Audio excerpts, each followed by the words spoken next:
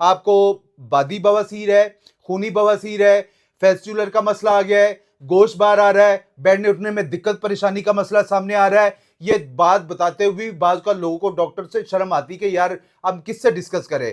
वो बेचारे डर के मारे ऑपरेशन करवा लेते हैं, उसके बाद उनको फिर दोबारा ऑपरेशन की तरफ जाना पड़ता है। जो मैंने नुस्खा बताया है आप इसको इस्तेमाल करें, इंशाल्लाह ताला आपको बेहतरी आएगी। बहुत सारी ऐसी हमारे पास खवातीन मर्द हजरात आते हैं जिनका उड़ना बैठना चलना फिरना बड़ा मसले मसाइल हो जाते हैं। मेडिकल में मैंने जैसे बताया कि जस्ट ऑपरेशन है, इसके अलावा इसका कोई हल नहीं है, इसका सिर्फ हर्बल में इलाज है। मैं इसमें टकोर भी बताने वाला हूं और जो मैं नुस्खा बताने वाला हूं आप इसको इस्तेमाल करें, इंशाल्लाह ताला। मैं कहता हूं बादी बवासीर, पुरानी से पुरानी बवासीर का मसला आ रहा है, वो भी अल्लाह पाक के फजलो करम से खत्म हो जाएगा। इसके इस्तेमाल करने से अल्लाह पाक के फजलो करम से फौरी तौर पर ब्लीडिंग का मसला खत्म हो जाएगा, फेचुलर का मसला खत्म हो जाएगा, गोश्त बाहर आ रहा है, बैठने में दिक्कत परेशानी हो रही है, तो वो फौरी तौर पर आपका मसला ठीक होगा।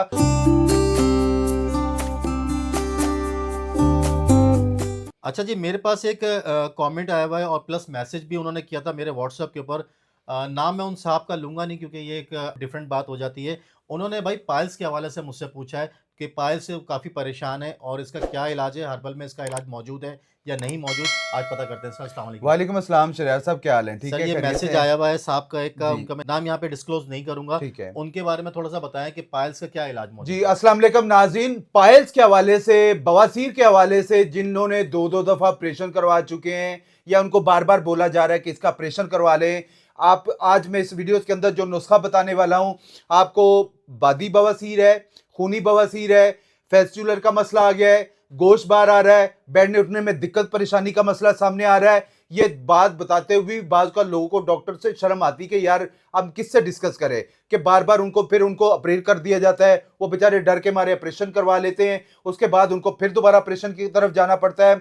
सबसे पहले आपको पता होना चाहिए कि पाइल्स होती क्यों है, तो आप इसको फौरी तौर पर पाइल्स को कंट्रोल कर सकते हैं। बहुत सारी ऐसी हमारे पास खवातीन मर्द हजरात आते हैं जिनका उड़ना बैठना चलना फिरना बड़ा मसले मसाइल हो जाते हैं, मुसलसल एक जगह पे बैठने से भी पाइल्स का मसला आ जाता है, वो बेचारे जाके ऑपरेशन करवाते हैं, गोश्त करवा लेते हैं, बाद में उनको दोबारा बवासीर का मसला आ जाता है। आपको कोई दिक्कत परेशानी का मसला है, पाइल्स का मसला आ रहा है, आप इस नुस्खे को इस्तेमाल करें, इंशाल्लाह ताला आपको कोई प्रॉब्लम सामने नहीं आएगी। जैसे शरियार साहब ने सवाल किया है, बहुत सारे लोग ऐसे हमारे पास सवाल करते हैं। मेडिकल में मैंने जैसे बताया कि जस्ट ऑपरेशन है, इसके अलावा इसका कोई हल नहीं है, इसका सिर्फ हर्बल में इलाज है। मैं इसमें टकोर भी बताने वाला हूं और जो मैं नुस्खा बताने वाला हूं आप इसको इस्तेमाल करें, इंशाल्लाह ताला।